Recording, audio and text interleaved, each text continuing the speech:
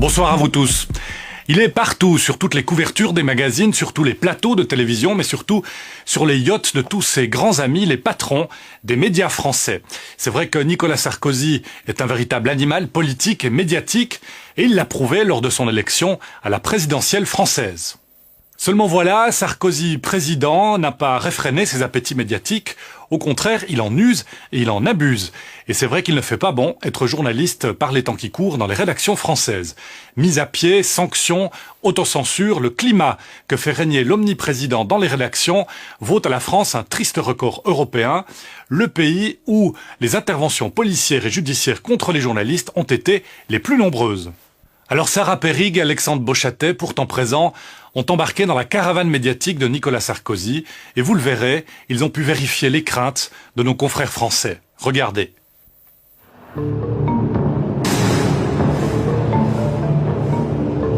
Ce jour-là, nous décidons de nous rendre dans le temple de l'humour radiophonique, dans ces fameux studios du Fou du Roi, cette émission quotidienne de France Inter où presque tous les dérapages sont permis. La liberté d'expression en est le maître mot. Ici, Nicolas Sarkozy en prend régulièrement pour son grade. Et oui Stéphane, j'avais oublié de vous prévenir. Bah oui. Je suis suivi par une équipe de la télévision suisse romande qui réalise un reportage sur les rapports compliqués du président Sarkozy avec les médias. Et vous savez ce qu'ils ont eu le culot de me demander? De faire une chronique hostile à Nicolas Sarkozy exprès pour leur venue. Elle est belle, la fameuse neutralité suisse. C'est pas votre genre en plus. Non, en plus, ces salopards ont osé me demander de dire du mal du président de tous les Français. Les arroseurs arrosés. Mais en réalité, les ch'tis suisses n'ont rien contre Nicolas Sarkozy. C'est aussi ça, la dérision sur France Inter. C'était Didier Porte. En tout cas, le ton est donné.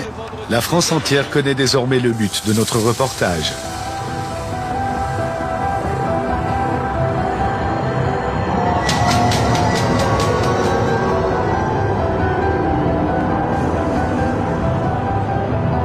Nous souhaitons participer, comme tous les autres journalistes français, au voyage officiel de Nicolas Sarkozy à Aix-en-Provence. Première surprise pour nous, le service de presse de l'Élysée multiplie les contraintes administratives. Les conseillers en communication du président ne voient pas notre présence d'un très bon œil. Moi, je pourrais éventuellement me faire accréditer pour pouvoir suivre la délégation. Suivre la délégation, c'est pas la délégation, c'est des journalistes. Finalement, après plusieurs téléphones, échanges d'emails ou de SMS, les conseillers de l'Élysée nous autorisent à participer au voyage officiel en province. Nicolas Sarkozy doit y rencontrer des responsables d'université, direction le Sud, en compagnie d'une centaine de confrères. Vous suivez tous ces voyages officiels, je dis vous, les médias. Alors nous on suit tous ces déplacements. C'est vrai que même aujourd'hui par exemple, où on part quand même de la chaîne à 6h moins le quart du matin, pour un petit déplacement de 2 heures sur place, puisqu'il ne va rester que 2 heures sur place. Mais il faut y être, pourquoi? Parce qu'il y a toujours une actualité autour de lui. C'est vrai que c'est quelqu'un qui peut toujours s'exprimer, qui peut toujours faire une annonce, donc on se sent quand même obligé de le suivre régulièrement. Tu vois? Journaliste politique à France 3, Patrice Machuret talonne Nicolas Sarkozy depuis 4 ans. Témoin privilégié de l'action politique du président, le journaliste vient de publier L'Enfant terrible, un livre totalement people qui dévoile quelques anecdotes croustillantes sur la vie de Nicolas Sarkozy. Nicolas Sarkozy est un hyperactif, angoissé et sportif.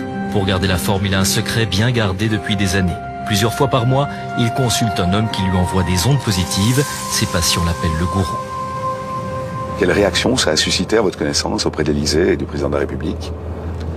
Alors, lors d'un off dans son propre avion, il m'a traité de crétin et de honte de la profession, ce qui était plutôt gentil de sa part. Donc évidemment, je pense qu'il n'a pas tellement apprécié certains passages. Mais ça, c'est le jeu et pour l'instant, les relations de travail, en tout cas, continuent. Vous pouvez toujours participer au voyage officiel, aux conférences de presse? Je peux toujours participer au voyage officiel, aux conférences de presse. Bon, maintenant, vous savez, France 3, on n'a jamais été dans l'avion du président. On a toujours été dans la délégation, mais on n'a jamais eu de rapport privilégié. Et c'est pas plus mal, parce que je pense que finalement, si on peut le comparer à un soleil, il vaut mieux ne pas en être trop proche, pour ne pas se brûler. Et puis je pense que Nicolas Sarkozy, de toute façon, il faut le suivre à bonne distance. Restés à bonne distance du roi Soleil, les journalistes n'ont pas toujours su le faire. Un précédent voyage de presse en Camargue est resté dans toutes les mémoires.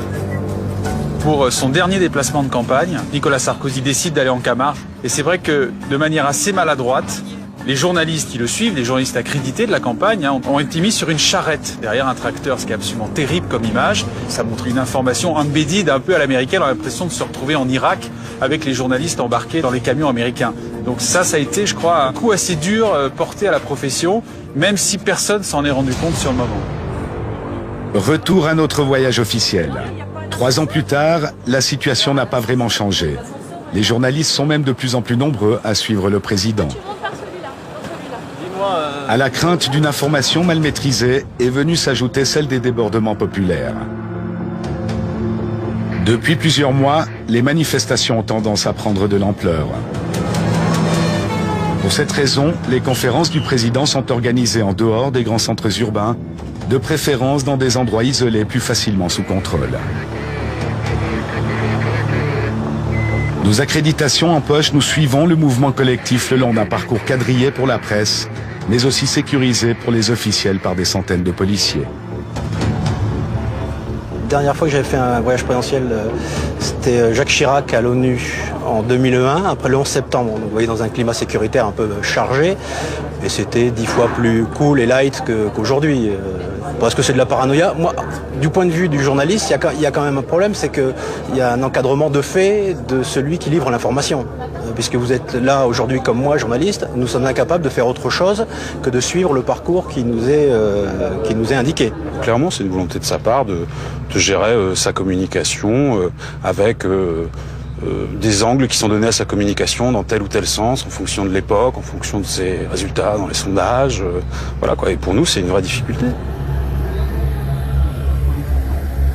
Nicolas Sarkozy n'est pas encore sur place.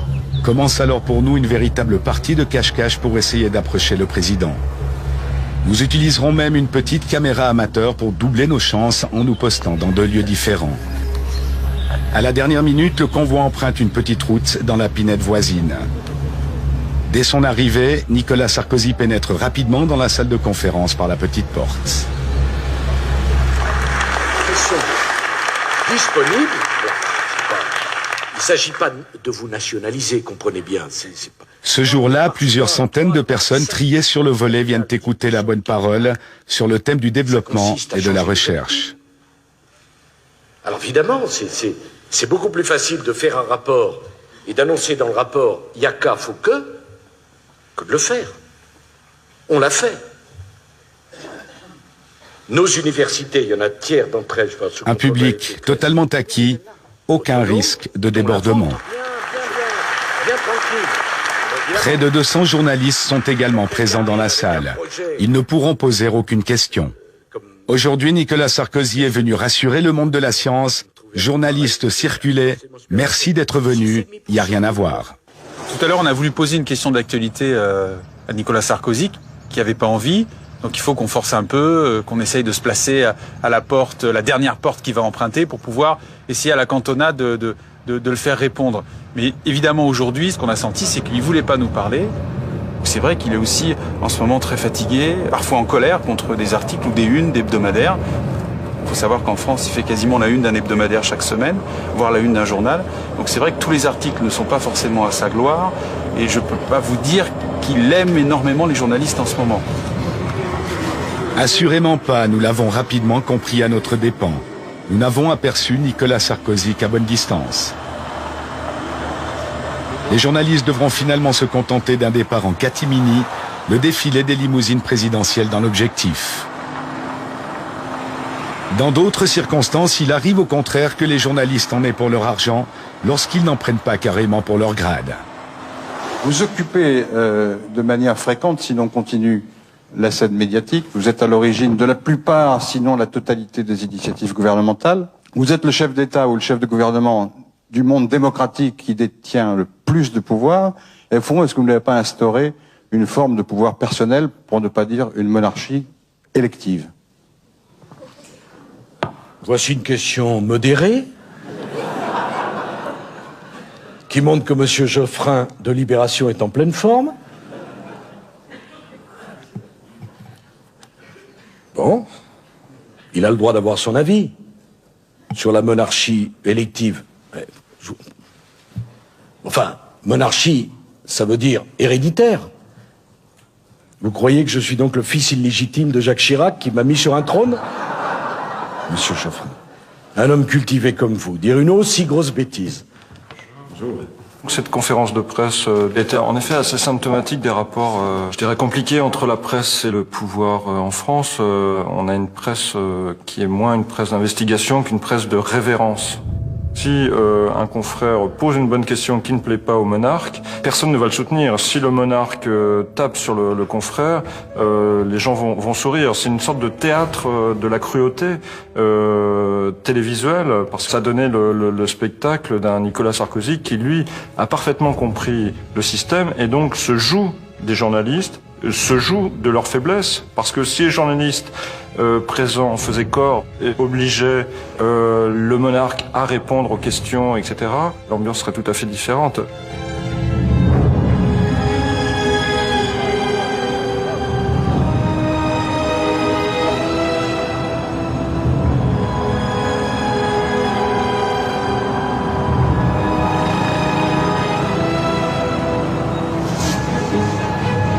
Selon le baromètre de l'Institut national de l'audiovisuel français, Nicolas Sarkozy bat tous les records d'antenne. Depuis son élection, le président est 3 fois plus présent sur les chaînes de télévision que ne l'étaient ses prédécesseurs. Le président Sarkozy, à la différence de Mitterrand et de Chirac, qui étaient des hommes qui avaient été élevés dans le verbe, dans les livres, mais pas du tout dans la télévision. Les deux, Mitterrand et Chirac, ont eu du mal à apprivoiser l'outil télévision. Lui, Sarkozy, il est tombé dedans, c'est-à-dire il a moins lu dans sa jeunesse ou dans son enfance que passer du temps à regarder les séries télévisées, à regarder les journaux télévisés. Et donc pour lui, l'accession au pouvoir, c'est l'accession à l'écran. C'est pour ça qu'il a aussi une admiration sans borne ou une attirance sans borne pour les stars, parce que lui-même rêvait d'être une star, et sa façon à lui d'être une star, c'était pas de faire du cinéma ou de la chanson, c'était de faire de la politique, et il est arrivé pour ce biais. Et souvent, il lui arrive de dire à des comédiens ou à des acteurs, on fait le même métier. C'est absolument extraordinaire, parce que pour lui, faire le métier de politique, c'est se montrer à la télévision, c'est jouer un rôle, c'est jouer la comédie. On peut imaginer que la politique, c'est tout autre chose que de jouer la comédie, mais pour Sarkozy, c'est jouer la comédie.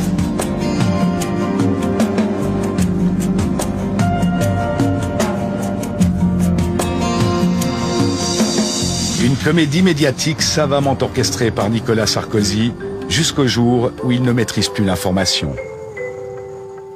Le départ de Cécilia Sarkozy était connu du tout Paris, mais au nom de la protection de la personnalité, aucun média français n'osera briser la loi du silence. C'est finalement Le Matin qui ouvrira les feux. En aucun moment j'ai pensé qu'on serait les seuls. C'est juste le lendemain que je me suis rendu compte qu'on était le seul journal du monde qui parlait du départ de Cécilia. Alors j'ai pris peur, je me suis dit, oulala, est-ce qu'il nous a vendu une fausse information? Je lui ai tout de suite téléphoné et puis je lui ai dit, ouais, mais pourquoi les autres journaux n'en parlent pas, les télévisions, les radios, personne n'en parle? Il dit, mais tout le monde le sait, mais ils osent pas. Ils ont une peur bleue parce que c'est le futur président. On a appris par le Nouvel Observateur que Sarkozy et ses services de police ont quand même essayé à trouver qui était ce correspondant. Et ils ont eu une théorie du complot. Ils ont dit c'est Monsieur De Villepin, le Premier ministre de l'époque, qui nous aurait utilisé, qui aurait planté cette information en Suisse. Et ils ont inventé un très joli mot. Ils ont dit que c'était du blanchiment d'informations, c'est-à-dire on donne l'information à un journal suisse et tous les médias français pourront innocemment citer ce média suisse. La réplique présidentielle est immédiate. Les avocats de Nicolas Sarkozy déposent plainte à Thonon-les-Bains. Le journal sera condamné sur quelques points de détail, mais blanchi sur l'essentiel. Il avait bâti son ascension politique considérablement sur les rapports fusionnels, personnels, mais aussi professionnels qu'il entretenait avec son épouse de l'époque, Cécilia Sarkozy, qu'il qualifiait de sa conseillère la plus proche et dont il précisait bien qu'elle entrerait avec lui à l'Élysée ou que son destin ne se réaliserait pas. Et le tribunal a mesuré que, ayant utilisé ce levier très fort de la médiatisation d'un couple politique, l'un des composants de ce couple politique ne pouvait pas être totalement à l'abri de l'attention de la presse. 3 ans après ce verdict, le correspondant du Matin travaille toujours sous pseudonyme. Il devrait surtout pas se trahir parce qu'il subirait des conséquences. On a vu avec d'autres journalistes ce qui s'est passé. Il va pas se faire tuer comme en Russie, mais il subit des conséquences. Sociales ou économiques. Oui, j'en suis certain. Quelques semaines plus tard, Paris Match n'hésite pas à franchir une nouvelle étape. Le magazine publie à la une les premières photos de Cécilia Sarkozy en compagnie de Richard Attias, son nouveau compagnon. Match est le magazine de l'image, de la photo, et des photos nous arrivaient. Cécilia et son ami ne se cachant pas, ils allaient se promener sur la Croisette, à Cannes, sur la Côte d'Azur, ils louaient une décapotable, et à Paris, les belles soirées d'été du mois de juillet et du mois d'août, ils allaient dans des restaurants très connus, et ils se mettaient plutôt en terrasse. Voilà. Et à un moment, la question se posait, quand allons-nous décider de publier? Et on a pris cette décision, donc à la fin août, parce que ces photos, toute une série de photos, avaient été achetées par le Times de Londres pour son édition du dimanche, le Sunday Times. Et quand nous l'avons appris, il nous a semblé que Match ne pouvait pas être à la traîne. Donc voilà.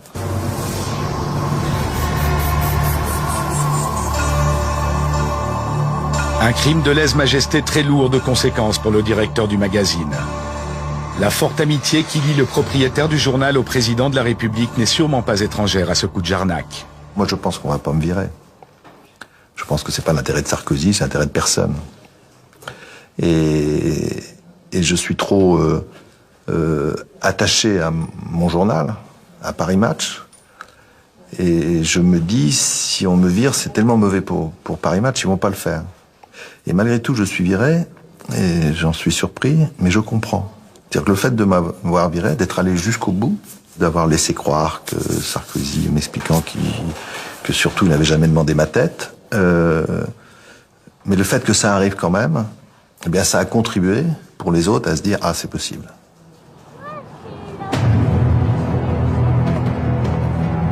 2 ans après son licenciement, Alain Genesta revient dans un livre sur les circonstances de sa brutale expulsion. J'ai pu ressentir en parlant très brièvement au téléphone avec Nicolas Sarkozy la violence qui, s'abattant sur moi, s'était abattue sur Arnaud Lagardère. Et j'ai compris. La pression avait été trop forte. La question finale que je me pose moi-même, et si c'était à refaire, il ne reste plus que quelques lignes, on est à la fin du livre, la fanfaronnade, ça aurait été de dire mais bien sûr, je l'aurais refait. Bon. Et je préfère dire non, pour plusieurs raisons. La première, c'est on a parlé de violence dans cette interview, c'est très violent, et la violence, quand elle est exercée contre vous, ça fait mal. On n'a pas envie de se faire du mal. La seconde, c'est que c'est pas le Watergate, je vous explique dans le livre. Cette information, cette couverture de match, moi j'en ai rien à faire de cela. Je l'ai fait parce que j'étais directeur de match et qu'il fallait le faire comme directeur de match, mais c'est pas l'information que je préfère. Publier une photo de Cécilia Sarkozy et de son ami, ça m'intéresse pas.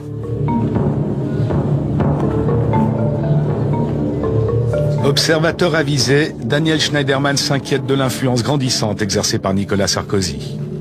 Il est évident, si vous voulez, que ce qui est en train d'arriver en ce moment au président de Radio France, Jean-Paul Cluzel, dont le mandat arrive à renouvellement en mai, et qui va être viré, enfin qui va pas être renouvelé, va pas être renouvelé. Bon, pourquoi?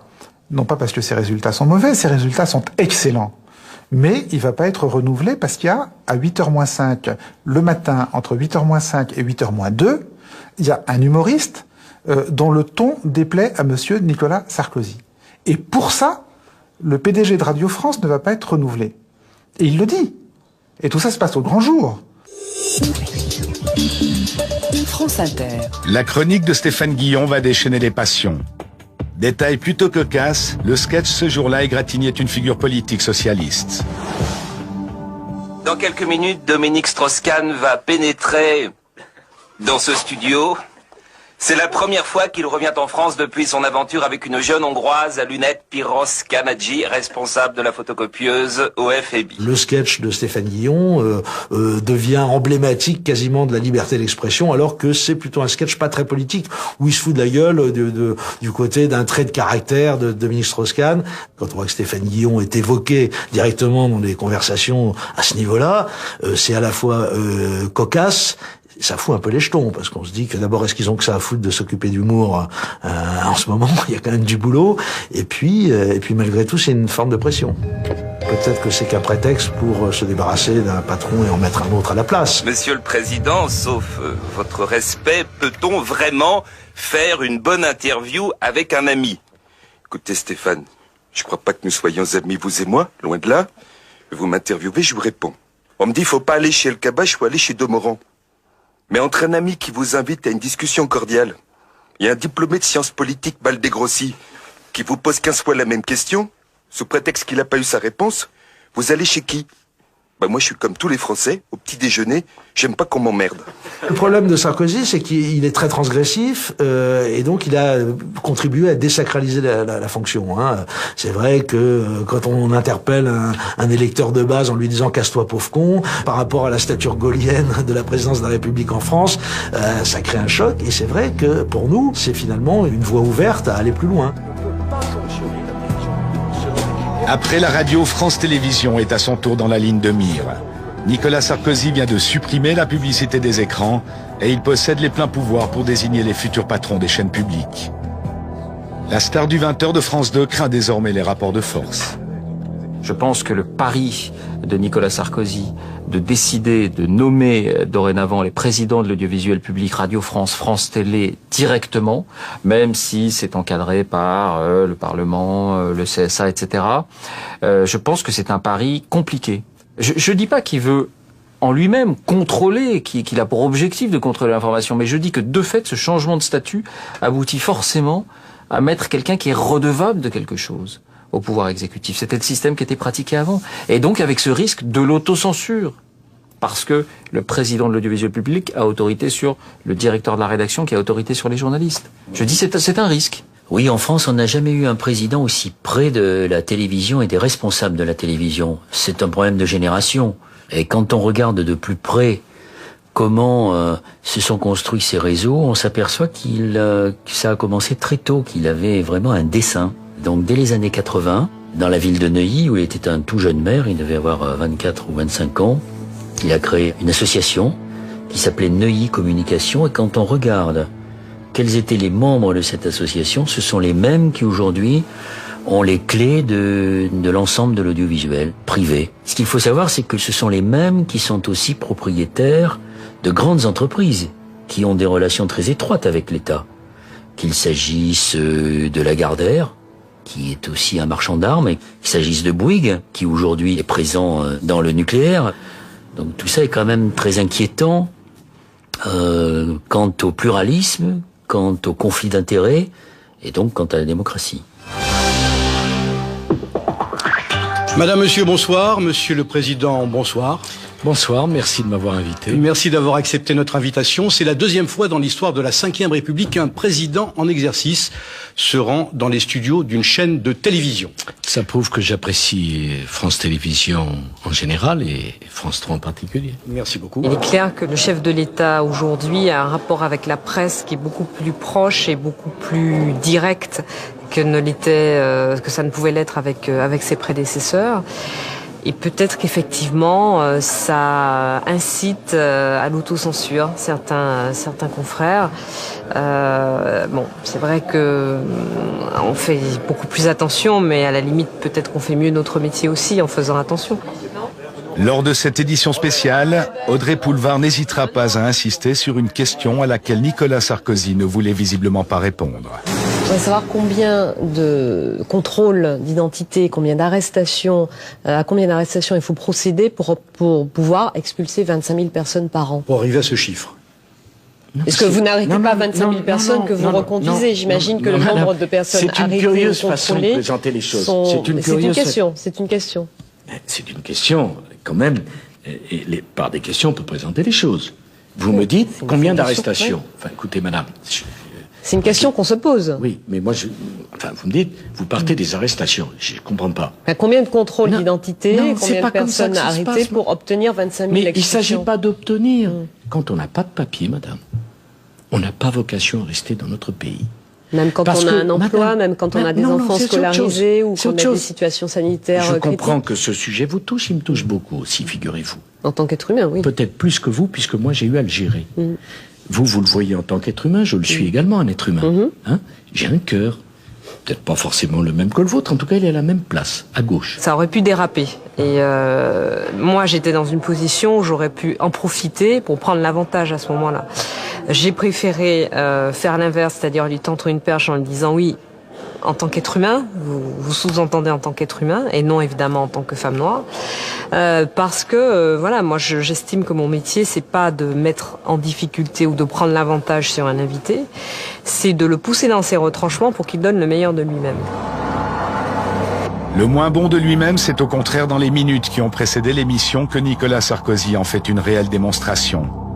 Le président avait été accueilli par 200 employés ulcérés par ses réformes sur l'audiovisuel. Le chef de l'État n'a pas du tout apprécié les « casse-toi pauvre con » ou encore « plus belle la vie sans Sarkozy » lancés par les manifestants. Très remonté et contrarié, il s'est lâché pendant les préparatifs et les réglages sur le plateau de France 3. Enfin, quand on est invité, on a le droit que les gens vous disent bonjour quand même. Ou alors on n'est pas dans le service public. Comme c'est la règle dans toutes les chaînes de télévision, ces images n'auraient jamais dû être portées à la connaissance du public. Cette fois-ci, c'en est trop, le président voit rouge.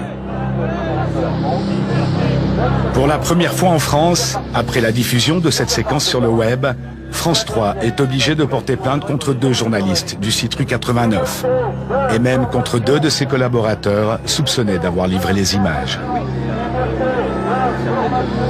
Vous étiez très remonté contre votre direction.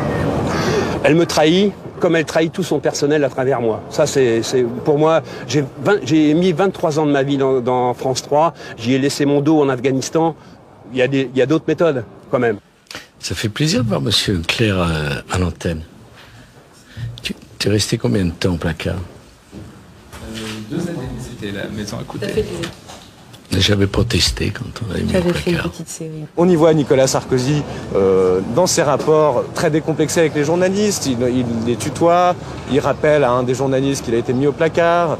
Il dit qu'il avait protesté contre cette mise au placard, ce qui montre qu'il intervient quand même un minimum dans le contenu des médias. Vous voulez pas poser une question d'actualité sur Carcassonne, non? Je pense que c'est révélateur, oui, d'un climat qui est quand même de plus en plus inquiétant pour les journalistes, pour le secret des sources surtout et pour la liberté de la presse en France, puisque ces dernières années, on a vu beaucoup de convocations, de perquisitions, de journalistes placés en garde à vue aussi. On a l'impression que ça s'accélère, et c'est étonnant puisque le président avait, au moment de son élection, un petit peu avant, rappelé son attachement au secret des sources. La France détient aujourd'hui le triste record en Europe du nombre de perquisitions dans les rédactions et du nombre de journalistes mis en examen ou placés en garde à vue. La France fait moins bien aujourd'hui que les nouveaux entrants dans l'Union européenne, des pays comme la Pologne, la Bulgarie, la Roumanie, où il y a encore pas longtemps, des journalistes pouvaient se faire casser la gueule au coin d'une rue parce qu'ils avaient enquêté sur une affaire sensible. Finalement, face au soutien du monde médiatique et à l'ampleur que prend cette affaire, les 4 journalistes seront relâchés le jour même. À trop vouloir étreindre le roi, de nombreux journalistes se sont fourvoyés.